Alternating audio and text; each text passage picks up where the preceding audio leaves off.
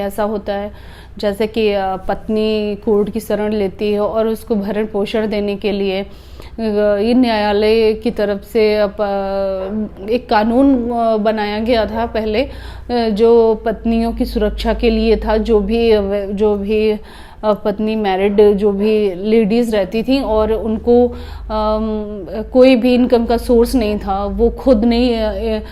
Income कर सकते थे, उनके पास कोई भी ऑप्शन नहीं रहता था, तो उनको ज़िंदगी जीने के लिए उनके पति की इनकम से ही कुछ पैसा उनको दे दिया जाता था, जिससे इनकी इनकम चल सके या कहीं भी रहे, अपने फैमिली में रहे या बाहर रहे या कहीं भी रहे, तो ये अपना ज़िंदगी आराम से जी लें, इसलिए दिया जाता था। बट अब ऐसा हो रहा है कि इसका मिसयूज, इस एक्ट का मिसयूज भी होता जा रहा है कि लोग क्या कर रहे हैं कि उनका एक ये मोटिव हो गया है कि किसी तरीके से जो भी इनकम हो रही है उसको इनकम को ले लिया जाए और उसको यूज़ किया जाए, भले हम कहीं और रहें या कुछ भी करें, मगर पति का जो शादी हो गई है तो उससे पैसा हमें लेना ही लेना है। इस तरीके से तो लोग 125 जाति कुछ लोग जाते हैं, फाइल कर देते हैं और उसमें 125 में कोर्ट जो है पहले पार्टी को अपीयर करने के लिए नोटिस जारी करते हैं। अगर आप नहीं आते हैं तो एक्स पार्टी ऑर्डर भी हो जाता है इसमें। तो आप कोशिश करिए, हस्बैंड की तरफ से ये कोशिश होनी चाहिए कि आप 125 में अपीयर हों और जो भी आपकी इनकम, सोर्स ऑफ इनकम है, आप उसको कम से कम प्रेजेंट करिए वहाँ पे। अगर आप कम से कम प्रेजेंट करेंगे तो कोर्ट आप पे बहुत ज़्यादा बर्डन नहीं है, तब भी बहुत छोटा अमाउंट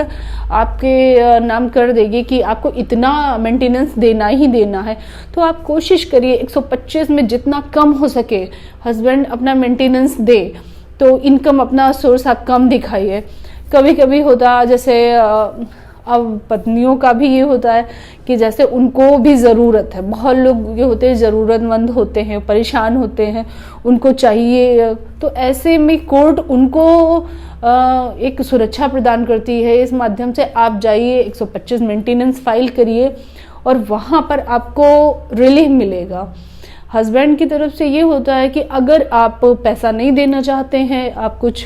चाहते हैं कि बैठ के कोई बीच का रास्ता निकले, तो कोर्ट से प्रेयर कर सकते हैं, आपके एडवोकेट प्रेयर कर सकते हैं, आप खुद कह सकते हैं कोर्ट से, और कोर्ट एक ऑर्डर करेगा जिसमें आपको बीच का रास्ता निकालने के लिए मीडिएशन में भेजा जाएगा। आप दोनों पक्ष मीडिएशन में बैठ के एक बीच का रास्ता निकाल सकते हैं, जैसे कि आप साथ भी रह सकते हैं, आप पैसा नहीं देना चाहते हैं, आप वन टाइम सेटलमेंट कर लीजिए कि हम इतना पैसा देंगे और फिर हम लोग अलग हो जाएंगे, या हम इतना पैसा देते रहेंगे, जैसे बच्चे हैं तो बच्चों को इतना हम पैसा देते रहेंगे। तो ये आपका और आपके फैमिली का, दोनों का, आपका बीच का सेटलमेंट एक रास्ता निकलेगा,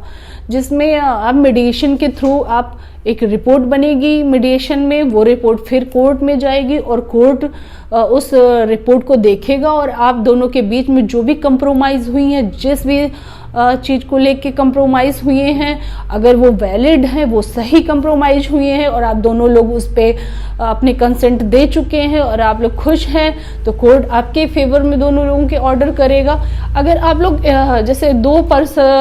पार्टी हैं, दो में एक खुश नहीं है, तो आप मीडिएशन फेल हो जाता है कि हमको किसी, जैसे पत्नी ने कहा मुझे इतना ही पैसा चाहिए और पति देने को तैयार नहीं है, तो फिर अगर मेंटेनेंस फेल हो जाएगा, फिर कोर्ट को वो जो साक्ष्य आप लोग देंगे कि जो भी सही लगेगा, न्यायालय उसी पे अपना आदेश देगा और वो आदेश